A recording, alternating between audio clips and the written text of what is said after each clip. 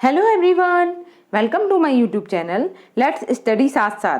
तो जैसा कि आपको पता है, इस चैनल पर हम डेली इंग्लिश लिटरेचर और इंग्लिश ग्रामर के प्रैक्टिस सेट्स को सॉल्व करते हैं। इसी सीरीज में आज की ये हमारी वीडियो है।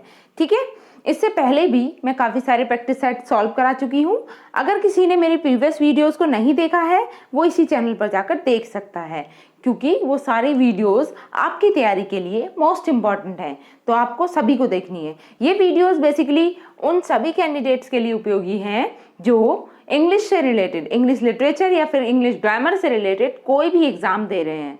ठीक है, चाहे वो यूपी टीजीटी पीजीटी हो, NVS, KVS, DSSB and others exam. Okay, तो आपको क्या करना है, इन सभी वीडियोस को देख लेना है, क्योंकि ये सारी वीडियोस प्रीवियस ईयर क्वेश्चन से रिलेटेड हैं। ओके, और आपके लिए बहुत ज़रूरी है। ठीक, तो शुरू करते हैं आज की video. First question, yes, first question is complete the following sentence using the appropriate option. Okay, देखिए यहाँ पे हमें सेंटेंस को कंप्लीट करना है बेसिकली ऑप्शन के अकॉर्डिंग। सेंटेंस है, the soldiers waiting to go into the battle for the first time were full of dash. तो क्या आना चाहिए? Apprehension, consideration, anticipation, fragility. Which is the correct answer?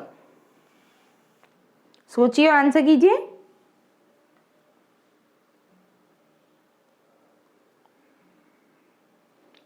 Yes, the soldiers waiting to go into battle for the first time were full of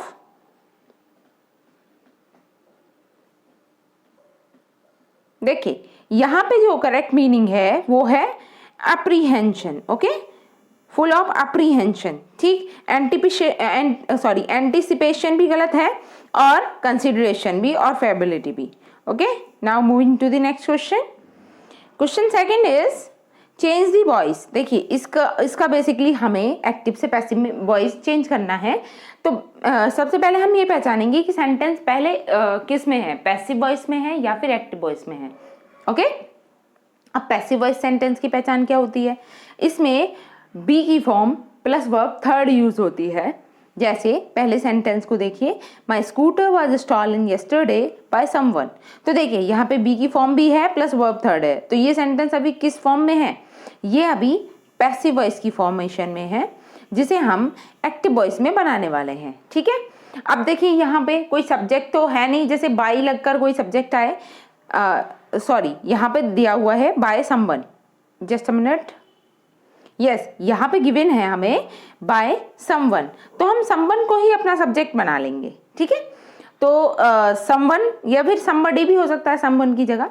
ठीक है, तो यहाँ पे जैसे अगर हम ऑप्शन के अकॉर्डिंग समझे तो इन्होंने समबडी कर दिया है यहाँ पे, तो हम समबडी को भी रॉन्ग नहीं कह सकते, हम समबडी ही मान लेंगे। ओके, अब आगे का सेंटेंस किस तरीके से बनेगा? देखिए, अगर कोई सेंटेंस जिसमें पैसिव वॉइस का सेंटेंस है जिसमें वाज वर आ रहा है, तो वाज वर का मतलब ये है कि वो सेंटेंस पहले जब एक्टिव वॉइस में होगा वो सेंटेंस, तो वो किस फॉर्मेशन में होगा, कौन से टेंस में होगा? वो सिंपल पास्ट या फिर पास्ट इंडेफिनिट टेंस में होगा। ठीक है, तो हम इसको जब हम एक्टिव में चेंज करेंगे ना, तो इसका टेंस हम बनाएंगे पास्ट इंडेफिनिट टेंस। ठीक है, अब पास्ट इंडेफिनिट टेंस का रूल क्या होता है? उसमें कोई भी हेल्पिंग वर्ब यूज नहीं होती है असर्टिव सेंटेंस में, प्लस और उसमें वर्ब की सेकंड फॉर्म का यूज होता है। ओके, तो यहाँ पे देखिए, अगर हम कोई भी हेल्पिंग वर्ब यूज ना करें और वर्ब की सेकंड फॉर्म लगाएं, तो कौन सा सेंटेंस हमारा राइट होगा? देखिए यहाँ पे हेल्पिंग वर्ब गिवन है, यहाँ भी, तो ये तीनों ही रॉन्ग हो गए इसलिए। ठीक है, first option is the right answer, somebody stole my scooter yesterday. Okay, option number A is the correct answer. Moving to the next question. Question third.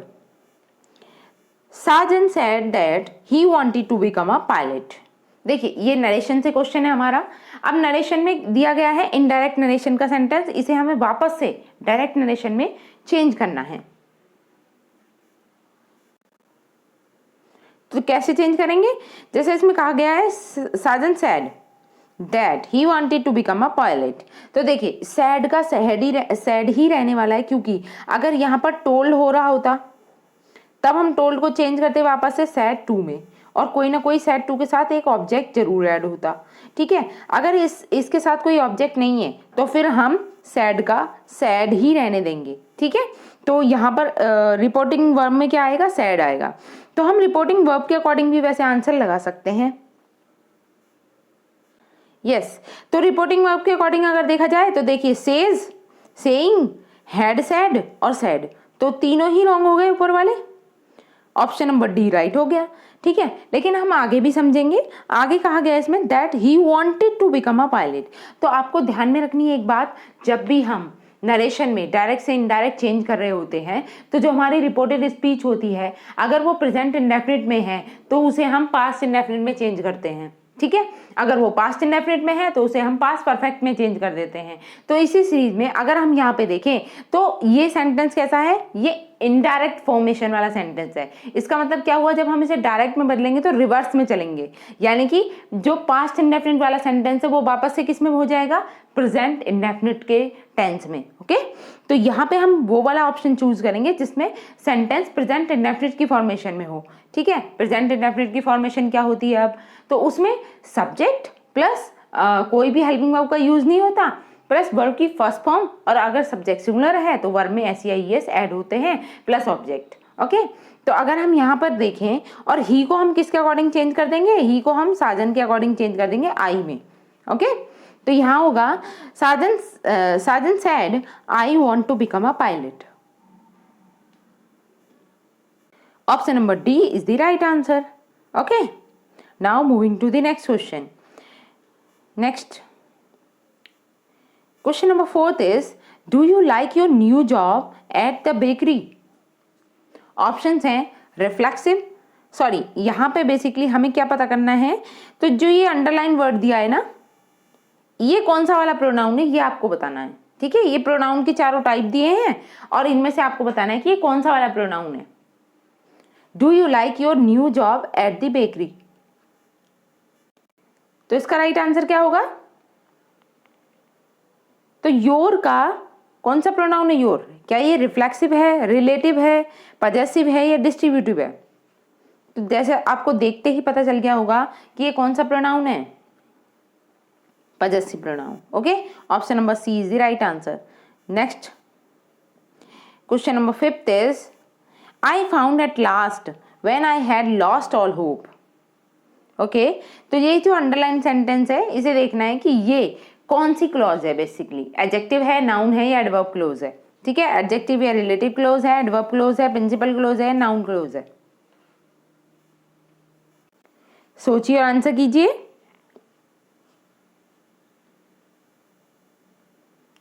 क्या होगा इसका राइट आंसर,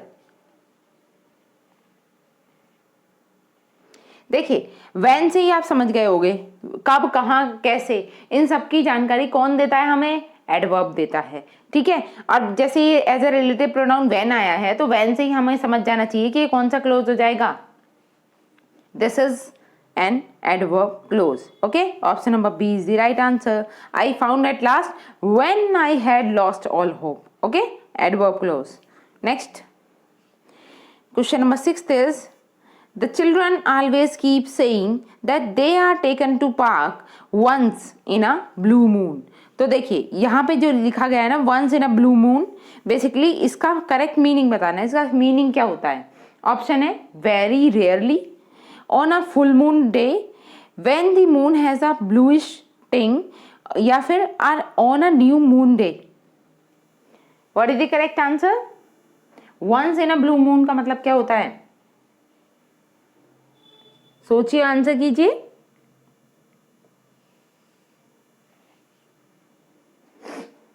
क्या होगा इसका राइट आंसर,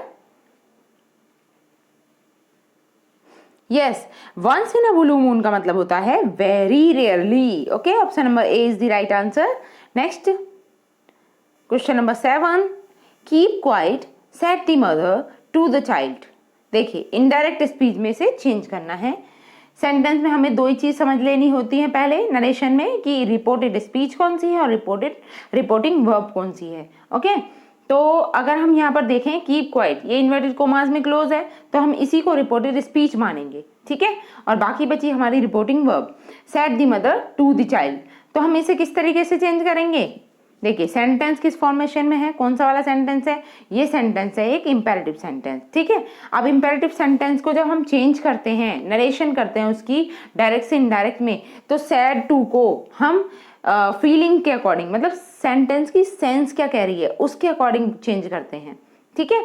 तो इसमें क्या है, said the mother to the child keep quiet. तो मदर क्या करेंगी, मतलब कीप क्वाइट किस तरीके से कह रही होंगी? क्या वो रिक्वेस्ट कर रही होंगी, क्या वो ऑर्डर दे रही होंगी, किस तरीके से होगा? बेसिकली इसमें रिक्वेस्ट और ऑर्डर दिया नहीं है ऑप्शन में, तो हम ऑप्शन के अकॉर्डिंग देखें तो क्या बदलेंगे हम? देखिए ये बेसिकली अगर आपको समझ नहीं आ रहा है तो ये है the mother, just a minute, ये सेंटेंस में जो रिपोर्टिंग वर्ब है ना वो ये है the mother said to child, ठीक है। ये the child, the mother said to the child. तो यहाँ पे जो सैड टू आया है ना, इसे हम चेंज कर देंगे टोल्ड में। किस में चेंज करेंगे? टोल्ड में, ठीक है। तो हैज टोल्ड रॉन्ग हो जाएगा, टेल्स भी रॉन्ग हो जाएगा और इज भी रॉन्ग हो जाएगा। ऑप्शन नंबर ए राइट है, the mother told the child to keep quiet. Imperative sentence था ये, ठीक है, इसे हमने चेंज किया। Option number A is the correct answer. Next question number 8, although Indian is still by far a poor country, it can become rich if its natural and human resources are fully utilized। तो बताइए by for को क्या हम replace कर सकते हैं? इसकी जगह पर कुछ और यूज हो सकता है क्या? ऑप्शन है आपके पास few and far between, by and larger, by and by, no improvement। तो अगर हमें चेंज करने की जरूरत नहीं है तो हम नो इम्प्रूवमेंट पे टिक करेंगे। तो इसका राइट आंसर क्या होगा? सोचिए, आंसर कीजिए। यस यस, बाय फोर की जगह हम क्या यूज कर सकते हैं? देखिए बाय फोर की जगह हम बाई एंड लार्ज का यूज करेंगे, बाई एंड लार्ज। अब ये सेंटेंस किस तरीके से हो जाएगा? Although Indian is still by and large country, it can become rich if its natural and human resources are fully utilized। तो देखिए by and large का मतलब क्या होता है? यस, by and large का मीन्स होता है mostly but not completely. Mostly मतलब अधिकतर होता है लेकिन कंप्लीटली नहीं है, mostly but not completely। Okay, moving to the next question, question number 9, kindled का अपोजिट बताना है आपको। ऑप्शंस है आपके पास एक्सटिंग्विश्ड, रेड्यूस्ड, वीकन्ड, इग्नाइटेड। तो इसका राइट आंसर क्या होगा? सोचिए, आंसर कीजिए। यस, किंडल का मीन्स क्या होता है वैसे? काइंडल बोल दीजिए, किंडल बोल दीजिए, इसका मीनिंग होता है कोई चीज जलती हुई हो जैसे, ठीक है, जलती हुई। ओके, और अब हमें इसका अपोजिट बताना है, तो अपोजिट क्या हो जाएगा? बुझा हुआ। अब बुझा हुआ इनमें से क्या है? Extinguished, reduced, weekend, ignited. Yes, इसका राइट आंसर क्या है? अगर हम एंटोनियम की बात करें तो इसका एंटोनियम हो जाएगा एक्सटिंग्विश्ड। एक्सटिंग्विश्ड मतलब बुझा हुआ या बुझी हुई, ठीक है। ओके, ये इसका करेक्ट आंसर है। किंडल का अपोजिट होता है एक्सटिंग्विश्ड।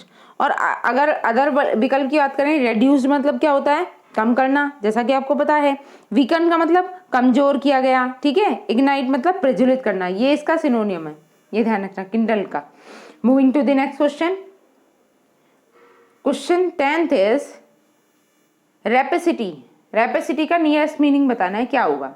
ऑप्शन है एंगर, क्रूअली, प्राइड, ग्रीड। क्या होगा इसका राइट आंसर? रेपेसिटी। और इसको बेसिकली आपको इसका सिनोनिम बताना है, ये भी आपको पता होना चाहिए, ठीक है। तो रेपेसिटी मतलब होता है बहुत अधिक लालच करना, ग्रीडीनेस आ जाना, ठीक है, अत्यधिक लालच, ठीक है, दैट इज कॉल्ड रेपेसिटी। और अत्यधिक लालच को हम रेपेसिटी बोलते हैं। तो इनमें से कौन सा होगा इसका आंसर? एंगर, क्या होगा answer? Anger, cruelly, pride, greed. तो जैसा कि आप समझ ही चुके होंगे, इसका राइट आंसर क्या है? ग्रीड, ठीक है। Option number D is the correct answer. This is the synonym of this word. Anger का आपको पता ही है क्या होता है, क्रोध होता है, क्रूअली पता ही है, निर्दयता से, ठीक है। प्राइड मतलब गर्व या घमंड। Moving to the next question number 11, he is likely to win the election by the sweeping majority. तो देखिए यहाँ पे जो बाय द स्वीपिंग मेजोरिटी आया है, क्या हम इसे रिप्लेस कर सकते हैं? ऑप्शन आपके पास, with the sweeping majority, in sweeping majority, by a sweeping majority, no improvement. What is the correct answer?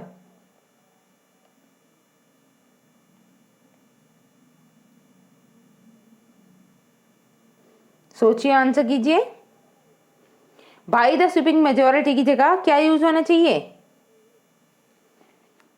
Bye uh sweeping majority, ठीक है। Option number third is the right answer. Next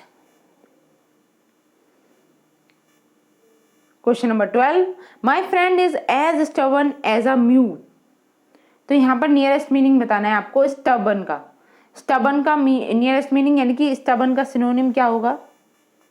options हैं observant, obnoxious, obstinate, कर्पुलेंट। Stubborn का synonym क्या होता है? देखिए, जैसा कि स्टबर्न का तो आपको पता ही है, जिद्दी है इसका मीनिंग, तो इसका सिनोनिम क्या होता है? Obnoxious, obstinate, corpulent, observant. तो जैसा आपको पता है, ऑब्जर्वेंट मतलब क्या होता है? सतर्क रहना, अवेयर रहना किसी चीज को लेकर, ठीक है, उसे कहते हैं हम ऑब्जर्वेंट, ठीक है। ऑब्जर्वर से बना है ऑब्जर्वेंट, ये ध्यान रखना। ऑब्नॉक्शियस मतलब क्या होता है?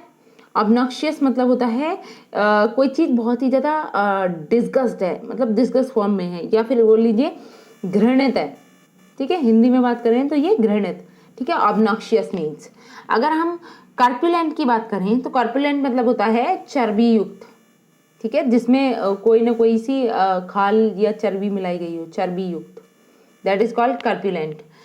और ऑब्स्टिनेट मीन्स क्या होता है? Obstinate is the synonym of stubborn, ठीक है। ऑब्स्टिनेट मीन्स भी जिद्दी ही होता है। सॉरी, ऑब्जर्वेंट पे टिक कर दिया मैंने। इसका करेक्ट आंसर है obstinate, obstinate. Option number C is the right answer. Next question number 13, we must adopt drastic measure to control population growth. तो ड्रास्टिक का नियरेस्ट मीनिंग क्या होगा? ऑप्शन है सिंपल, ड्रामेटिक, रियलिस्टिक, सीवियर। बताइए, drastic का nearest meaning क्या है? सोचिए, आंसर कीजिए।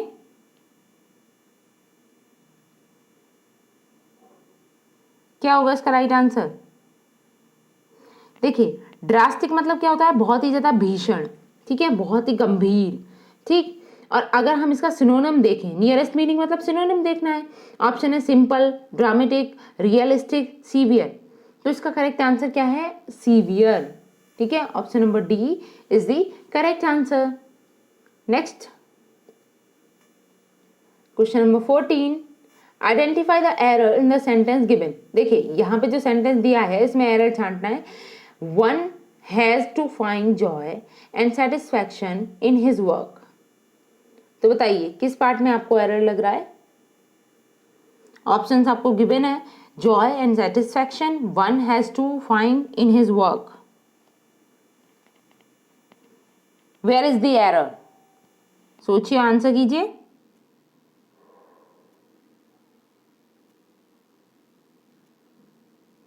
क्या होगा इसका राइट आंसर?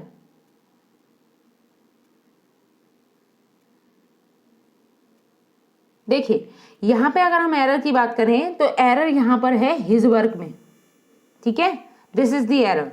और हिज क्यों? क्योंकि अगर देखिए यहाँ पे हमारा सब्जेक्ट क्या आया है, वन आया है, वन इज द सब्जेक्ट, ठीक है। अब वन का अगर हम ऑब्जेक्ट समझे या पजेसिव कुछ समझे, पजेसिव प्रोनाउन समझे, तो पजेसिव प्रोनाउन वन का क्या होता है, वंस होता है, ONE', वंस, ओके। तो हिज की जगह क्या आना चाहिए, one's work. One has to find joy and satisfaction in one's work, okay. तो कौन से ऑप्शन में गलती है, ऑप्शन डी में, ठीक है। Now moving to the next question. Question number 15. Choose the correct alternative. Applications of those who are graduates will be considered. तो बताइए who are graduates को क्या हम चेंज करेंगे या सेम रहने देंगे? नेक्स्ट है whom are graduates, whose are graduates, whom are only graduates. बताइए who are graduates की जगह क्या यूज हो सकता है? सोचिए, आंसर कीजिए।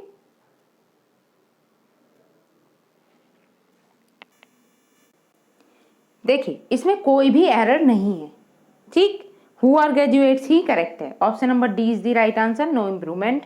Next question number 16 is which of the following verbs is not followed by correct preposition. तो इसमें से बताना है कि कौन सी वर्ब करेक्ट प्रपोजिशन को फॉलो नहीं कर रही है।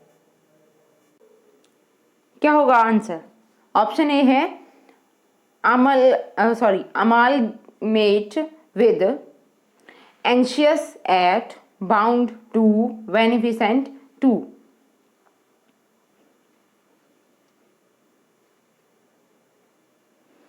सोचिए, आंसर कीजिए, क्या होगा इसका राइट आंसर?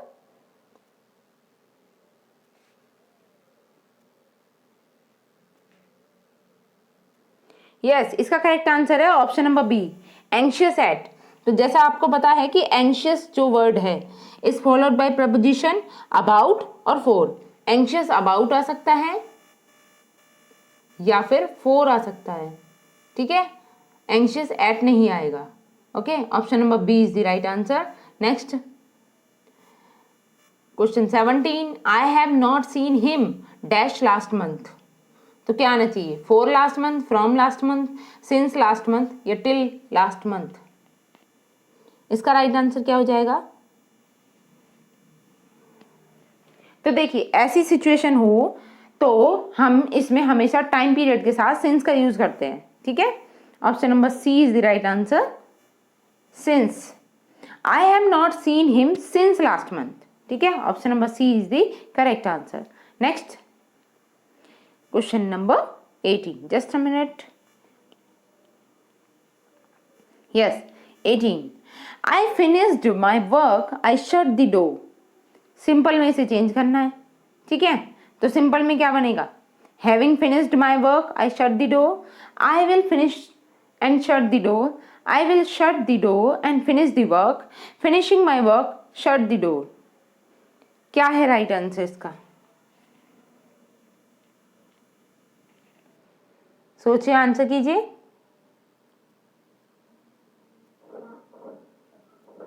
देखिए इसमें क्या है, दो सेंटेंसेस अलग अलग दिए हुए हैं, आई finished my work, I shut the door. तो अब इन्हें बेसिकली एक सेंटेंस के रूप में कंबाइन करना पड़ेगा, ओके। तो एक सेंटेंस जब हम इससे बनाएंगे तो वो क्या बन जाएगा, having finished my work I shut the door, ठीक है। Option number A is the right answer. Next question number 19, the old man felled some trees in the garden with hardly no effort at all। तो बताइए ये जो underline word दिया है hardly no effort, तो क्या यही रहना चाहिए या फिर इसकी जगह कुछ और आना चाहिए? ऑप्शंस हैं hard effort, hardly any effort, hardly any effort. Just a minute, ये आई थिंक दो ऑप्शन एक जैसे हो गए कॉमन, ठीक है। और डी दे रखा है नो इम्प्रूवमेंट। तो इसका राइट आंसर क्या होगा, the old man felled some trees in the garden with hardly no effort at all. सोचिए, आंसर कीजिए।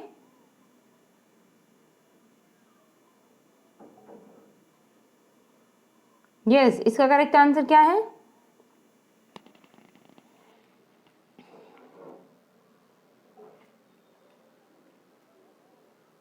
इसका राइट आंसर है option B, hardly any effort. ठीक है, hardly means almost no, okay, almost not, so it gives negative sense. Any is used in negative sentence. Correct sentence, the old man felled some trees in the garden with hardly any effort at all. Next, question number 20, और आज का ये हमारा last question होगा। Okay, 20 है, the country's economy must,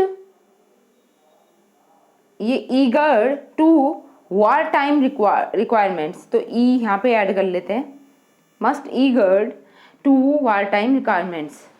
तो इसमें कौन से देख लेना है, इसमें सबऑर्डिनेटेड टू आना चाहिए, रिलेटेड टू आना चाहिए, एडजस्टेड आना चाहिए, अनलिंक्ड आना चाहिए। The country's economy must eager to war time recruitment. इसका राइट आंसर क्या है?